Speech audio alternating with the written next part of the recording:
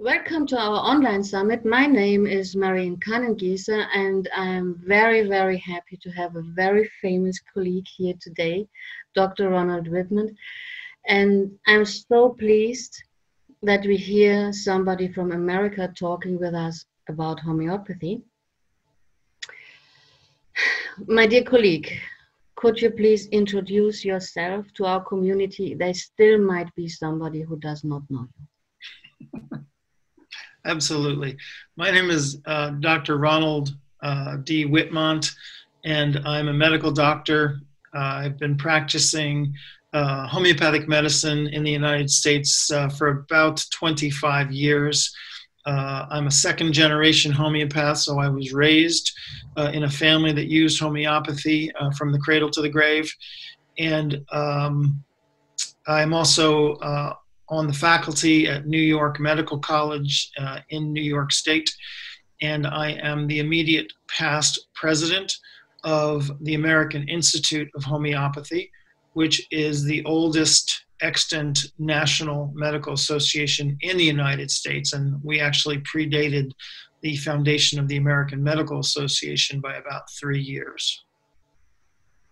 So that's great. From that point of view, you must have a very wide overview on our colleagues treating clients and patients with COVID-19 in the US. What is your experience with that?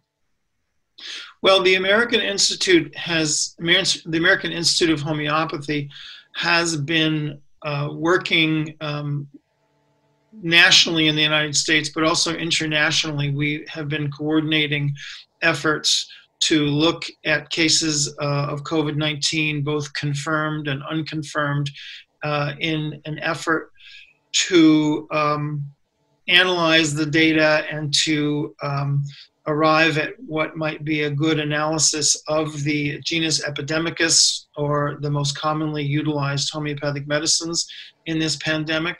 So we have been coordinating, as I said, internationally with various leaders in the field in different countries and in the United States. Through this process, we have seen several hundred cases when you combine practices and you combine data, and we are seeing a spread of different homeopathic medicines that do seem to vary somewhat geographically as being the most efficacious, the most beneficial. There's no question that homeopathy has demonstrated benefit and a powerful effect in this epidemic. We weren't sure initially. All we had to go on were reports of past epidemics, which are quite a lot. As you're aware, there is an extensive background history of using homeopathy in epidemics and pandemics, including the Spanish flu epidemic of 1918 and others. And then, of course, the miraculous study done in Cuba in 2007 and 2008, looking at leptospirosis. So even though we were optimistic, we just didn't know what we were going to see. And we have results that have been reported weekly, particularly by the American Institute of Homeopathy.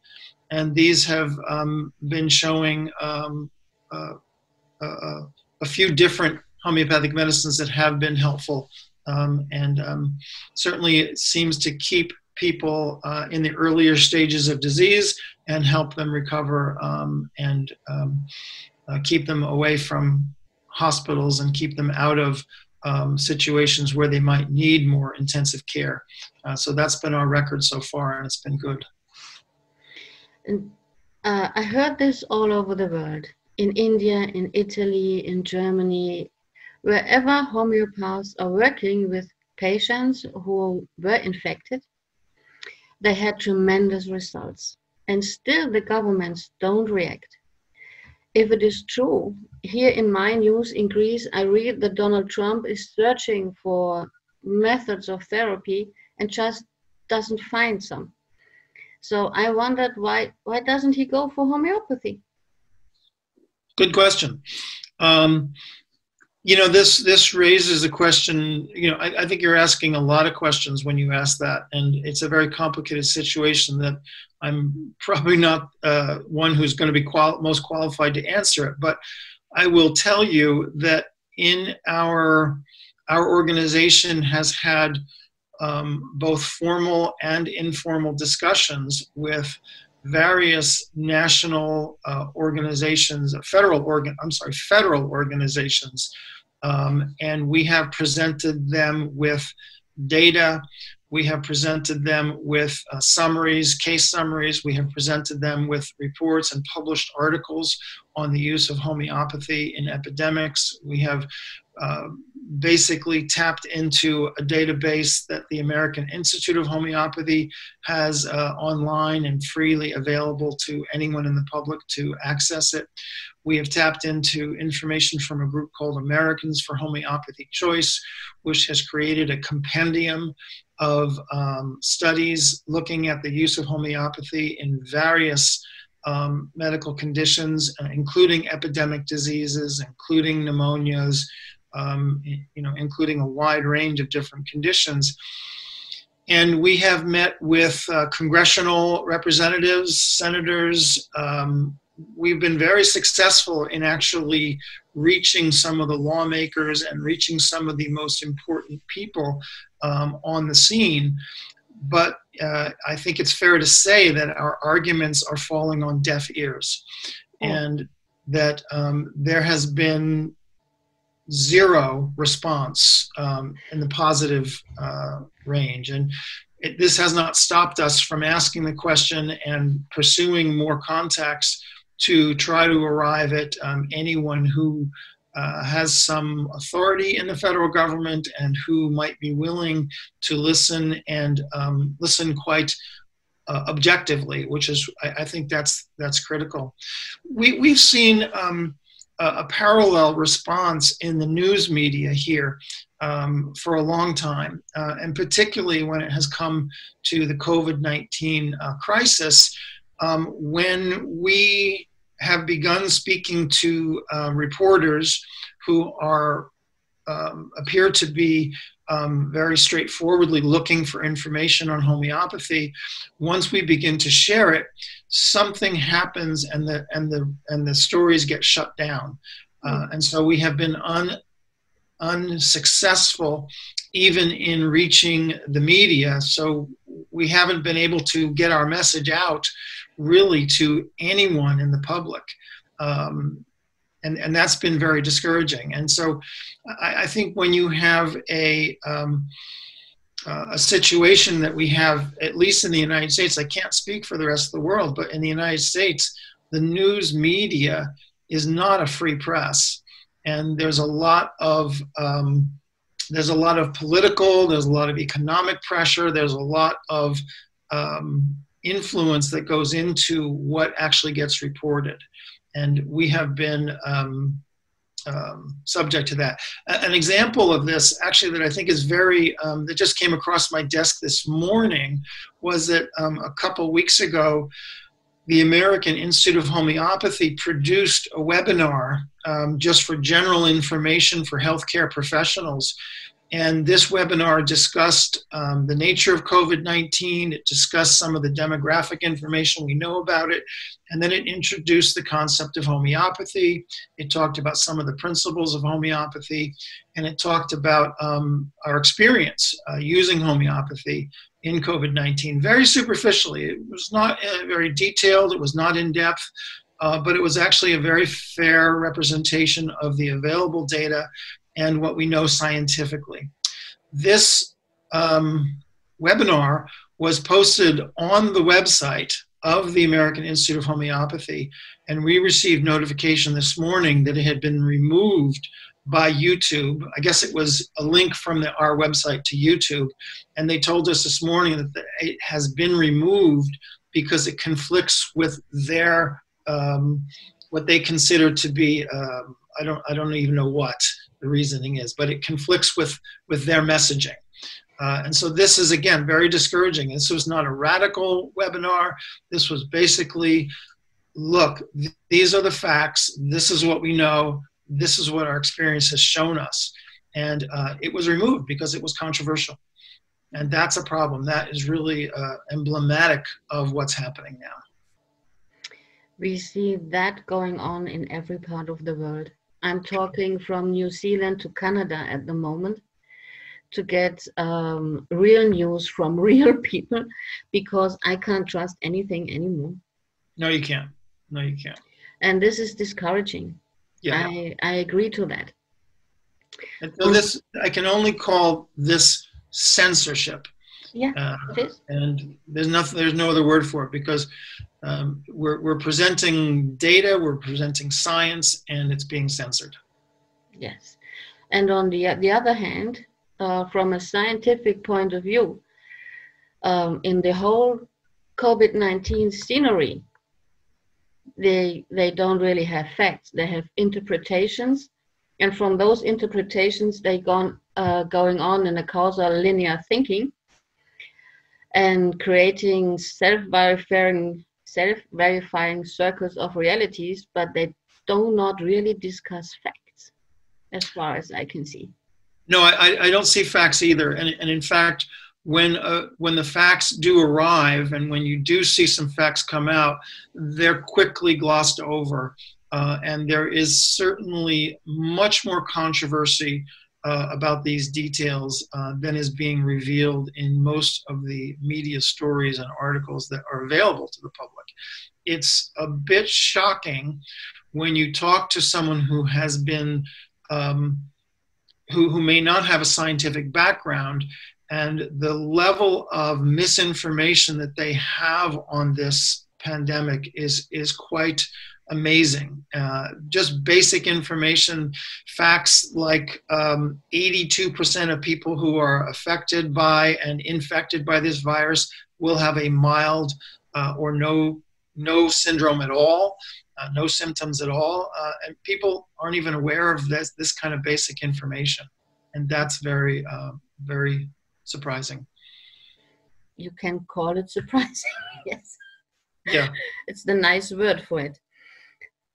Today I talked to a colleague in Australia and asked him whether he would find a possibility for a clinic who might do double-blind studies in homeopathy in COVID-19 clients. And he said to me, it's easier to get Reiki in than homeopathy. Yeah, that makes sense. That makes sense to you? Isn't that incredible? There has been an organized, remember, at least in our country, in the United States, I mentioned that the American Medical Association was founded about 3 years after the American Institute of Homeopathy. The AIH was founded in 1844, and the American Medical Association was founded in 1847. One of the founding charters of the American Medical Association was to eliminate homeopathy. And it wasn't just founded because they thought it was a good idea to have this organization. Homeopathy was threatening the practice of conventional allopathic medicine at the time. And even conventional doctors that spoke to homeopaths were eliminated. They were removed from the roles of membership in the AMA.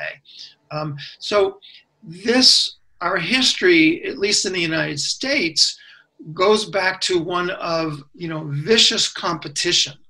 And this was not competition that was based on any scientific or data analysis showing that one system of medicine was more efficacious than another.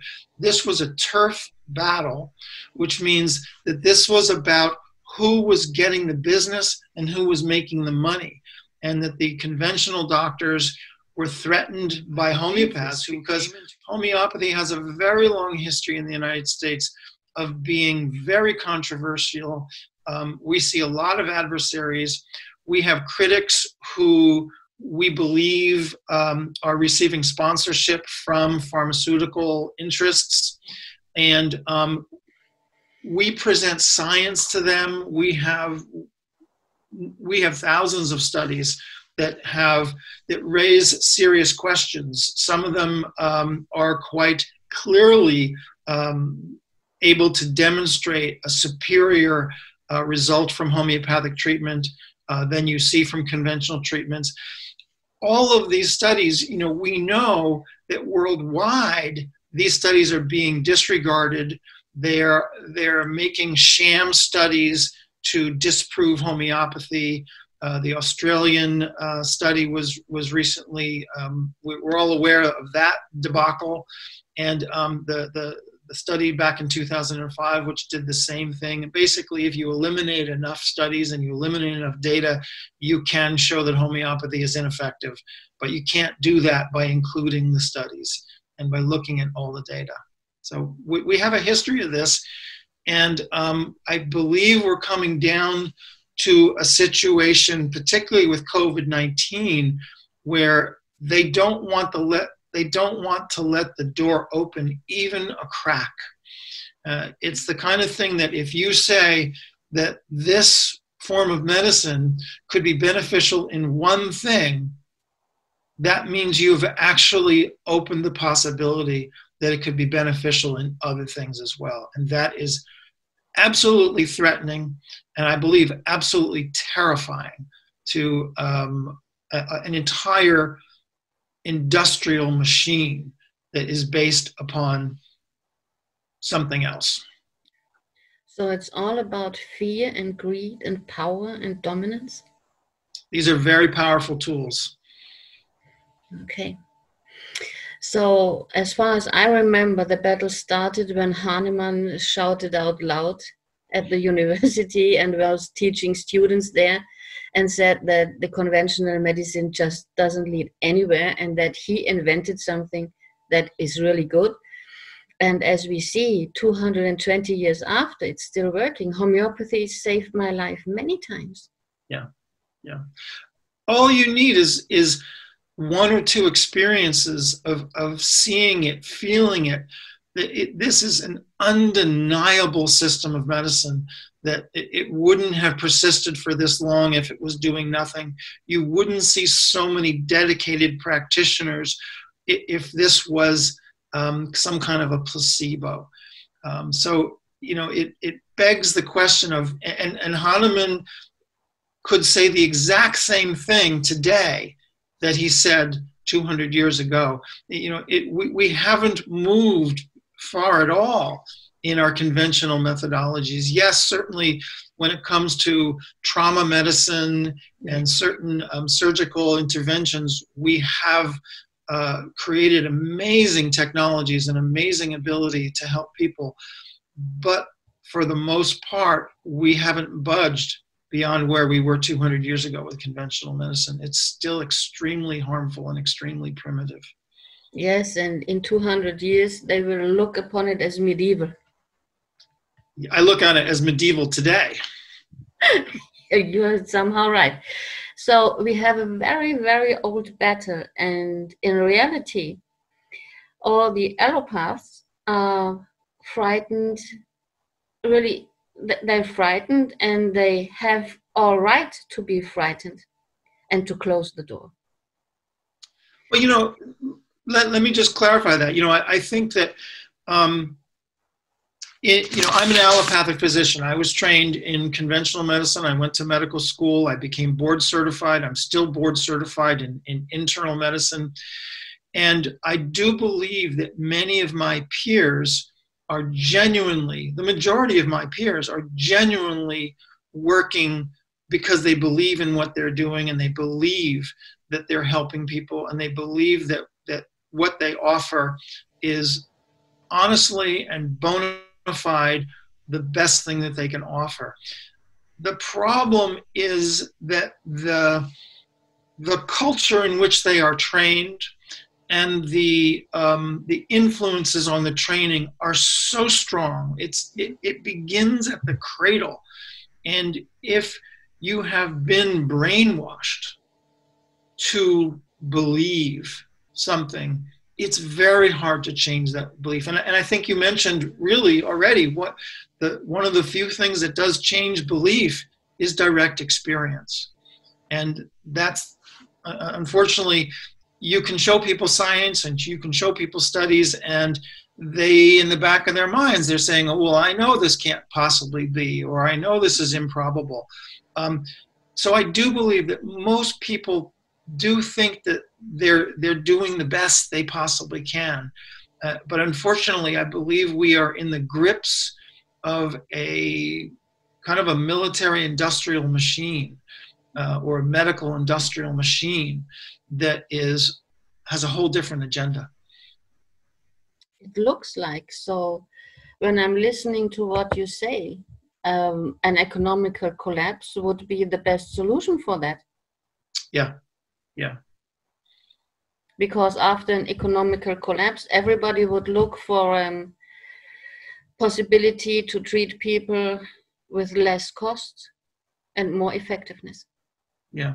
And that's as they say, history is written by the victors, but history is also something we can see that can be completely manipulated by lies. And when you repeat lies often enough and long enough, you can shift blame. You can take someone who has a smoking gun in their hand and they're blaming the person who they shot. So we have reached a stage in our society, at least, where, as you said, we sometimes don't even know what is up and down. We don't even know what is black and white, because we've been told for so long black is white and white is black. And so you can completely hoodwink a population, and this is what we're seeing. And we're seeing it more at the moment. After the lockdown, people are really confused. Yeah. Scared and confused. Yeah. So do you see any possibility for that to change? Well, we're continuing to work. And I also am medical advisor to a group called Americans for Homeopathy Choice, which I mentioned earlier.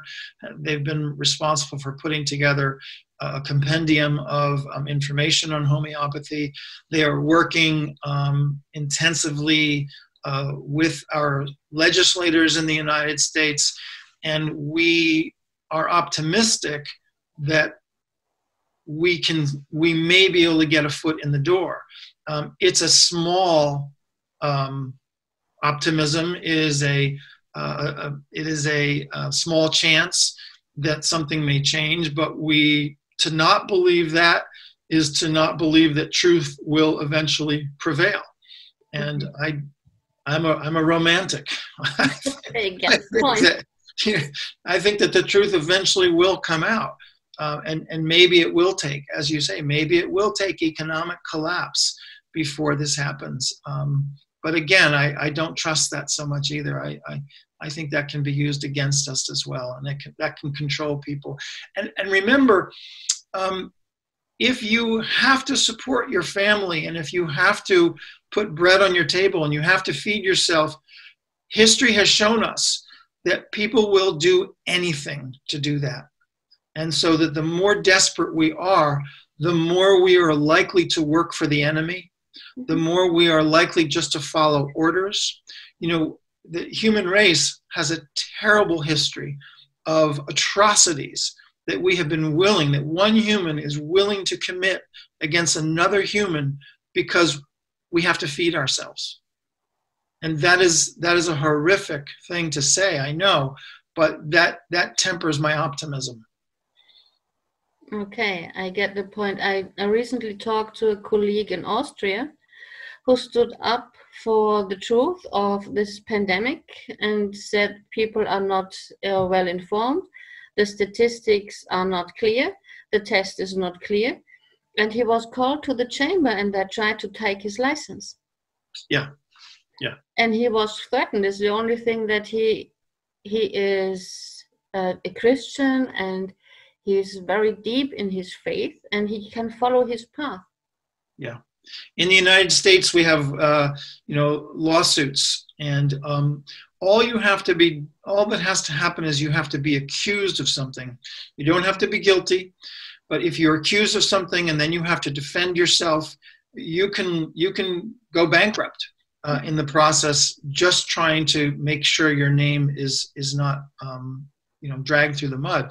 So there are many ways to influence people. And an example of this is in the United States, we have what's called the Food and Drug Administration, which is responsible for regulating our drug supply in the United States and keeping it safe. And they've recently been focusing on homeopathy since around 2015. They have taken special notice of homeopathy, and because of several different products that were on the market, there was alleged harm. And even though the FDA has told us that it is not their intent to close down or to shut down homeopathic practice, they don't even have to do it that way. If they merely increase surveillance and demand that drug manufacturers perform at certain higher levels and purchase certain equipment that is beyond the means of producing a homeopathic medicine. A homeopathic medicine can be produced out of the dirt and still be effective. It doesn't have to come from absolutely sterile conditions. But they're holding homeopathic drug manufacturers now to the same standards of manufacturing conventional drugs, which are much more dangerous, much more risky, and pose much greater hazard to human health. Now, when you hold a homeopathic manufacturer to those standards, you can say, sure, we're improving the quality and the stockpiles of homeopathic medicine. But that's only possible if the manufacturers can afford the equipment that is required and they can survive the inspections. And we're losing some manufacturers are not selling in the United States anymore as a result of this. Other manufacturers have stopped producing single homeopathic medicines. They have focused only on combination products because now they're saying we cannot justify the expense when it comes to the amount of profit that we can make. And so there's many ways to shut down an industry other than directly making it illegal. And we're seeing that's the same with practitioners, as you mentioned. And we feel in the United States as practitioners that we're very vulnerable. And that's really a problem. So when you say vulnerable, is it really critical for you to use homeopathy? Or is there a threat that they really will just forbid it? Well, there are, in the United States, we have 50 states, and the practice of homeopathy is regulated state by state, even though the federal government, through the Food and Drug Administration Act and the Food, Drug, and Cosmetic Act of 1938, they recognize homeopathic medicines as drugs. But different practitioners operate, state by state, on the basis of the laws of practicing medicine in those states. And so they're either flying under the radar or they're complying with their state, and hopefully their state has a more liberal policy. In New York State, I'm legally allowed to provide homeopathic medicine, but that I can still be harassed by any number of different sources within the state and within, medical boards and things like that, who could pick up other details and say, oh, you failed to do this. There's so many ways to bring a practitioner to their knees or to get them out of the field. And we all know that no one goes into homeopathy to make a profit. This is not a lucrative field. And the people who I know and the people who I work with through the Homeopathic Medical Society of the State of New York and through the American Institute of Homeopathy, these are people who are dedicated to what they do because they know they're helping people. And they are not in it for personal reward. I don't care, what you can show me people who are practicing in different ways and trying to make a profit, but I don't show me a homeopathic millionaire. No, I'd love to see a homeopathic millionaire. I don't believe they exist. And most of us are struggling and have always been. Yes, that's true. It's not about money. No. It's about devoting oneself to the system, to the holistic thinking, and to the ideas of Hahnemann, and going by one's own truth. Right. And to me, it's not even a matter of philosophy or Hahnemann's principles. If I see something that works, okay, that's what I use. And I have practiced in the United States military. I was a medical officer in the United States Navy. I was in the United States military for 9 years of my life and practiced for 4 of it, completely conventional medicine. And I have never looked back without feeling like, wow, the harm that I did when I was in that, in that field. And now at least I see every single day the benefit that homeopathy can provide, and the ability to not do harm and the ability to actually help resolve conditions is you can call it a miracle, you can call it miraculous. Yeah. Or it's something that is strictly in the divine order and works that way. I think it works completely in harmony with the natural laws of nature. I don't know any other way. It couldn't possibly work if it were not in harmony with nature, which brings up one of my own favorite topics, which is the human microbiome. And, I'm just going to mention that, what we have learned from ecology and from the human microbiome entirely supports the practice of homeopathy, and entirely, what's the opposite? It entirely implicates the practice of conventional medicine as being problematic and causing harm. And that to me is black and white. That's true. And from that point of view, all this disinfection and going against one virus doesn't really look reasonable. It's not reasonable, and it is not reasonable from a health perspective. It's not reasonable from an ecological perspective. It is not reasonable from a microbiological perspective. Does not support. It's not supported by really any in-depth science. So it is strictly illogical to go down that path. Yeah. Why do people do it? Why do our colleagues do it? They must see the same. Well, remember, we have a system of medicine that has profited from generating fear, helping you be afraid of your body, encouraging you to be afraid of the environment. And as long as you find, a bad guy out there in the environment, you can find a polio or a measles virus or a COVID-19 virus and say, this is the bad guy. The bad guy is like a terrorist and he's trying to kill you, so we have to kill it first. So you can generate fear, and you can use partial truth, and you can tell them only part of the story. And you can turn an entire population to do anything you want when you say, there's the enemy, and you can create a mob mentality to basically alienate anyone who says anything other than that. And so you can shut down all opposition to that as well. The germ theory of medicine is based on partial information. It is based on 1% of the data, showing that, yes, there are organisms that can be pathogenic in our body. They're talking about less than 1% of organisms. 99.999% of these organisms are beneficial to the human body.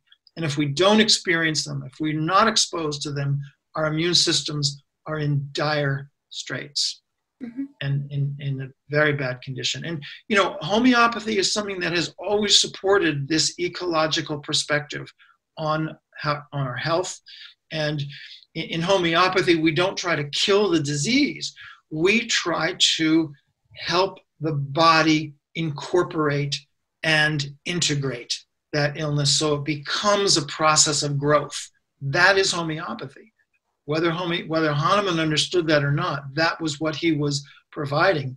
Everyone that he treats homeopathically gets stronger through their experience of disease or through their experience of homeoprophylaxis. Their immunity improves. And unfortunately, when you look at conventional therapies, immunity is dwindling. It is waning. We are seeing more populations more vulnerable than ever before. Yes, this is why they can create the fear at the moment. That's right. It worked. This is why you can spin it in such a way that you say, well, we just haven't immunized enough people yet. Well, it's not that the immunizations or anything is wrong or our drugs are wrong. We just haven't done it well enough yet. It completely sells this process, and people really want to believe. They really want to trust. And, the medical profession has always had a very powerful place in our consciousness. And if you cannot trust your doctor, who can you trust? Cannot trust the doctor and cannot trust the mayor and cannot trust the priest. In what can you trust? Maybe in the vet. Maybe. Hopefully. Hopefully. So I was just thinking of, from a consciousness point of view, what could be the solution? And when I hear you talking, the only solution is go to a non-violent community and society. In a non-violent society, we wouldn't fight a virus. Right. Would integrate it. Right. So we come down to the point that we still cling on violence because it's so much easier than to be non-violent. Right. Yeah. And look at America. We have really specialized over the last 3 years getting Americans to hate Americans and getting, really being divisive. And if you can turn people against people, you have controlled them. You have got them. You can make them do whatever you want, and they'll fight your battles for you. But yeah, I do believe that this comes down to and must come from the power of the people. That unless we are willing to look and to think for ourselves and to evaluate and to risk asking certain questions, we won't be able to overcome this. But this essentially has to come from people. And this is why I think consumer groups are so important, and consumer organizations. They not only have power, but they're able to help people provide community again and help people check their realities so that they don't have to buy or don't have to be confused by this misinformation that is being so rampantly spread throughout the globe. And so I do think that we're very lucky in the United States to have a very powerful consumer organization, Americans for Homeopathy Choice, that is doing this today.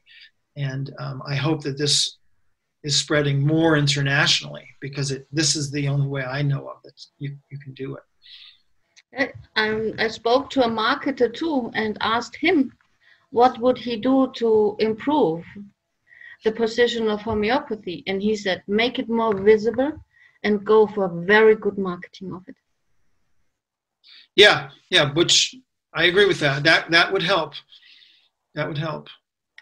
So we are coming from the basic and trying to connect more to the ordinary man on the street, and let them make the choice. Yeah, but remember that, marketing can turn out to be, at least in the United States, when we see in our federal elections, that's just marketing. And one side pours in, I don't know, $5 billion, and the other side puts in another $3 billion, and you just have a marketing war. And we're up against very deep pockets when it comes to marketing. And I think that they can outspend us. At least today, they can outspend us 1,000 to 1 without even going into their wallet.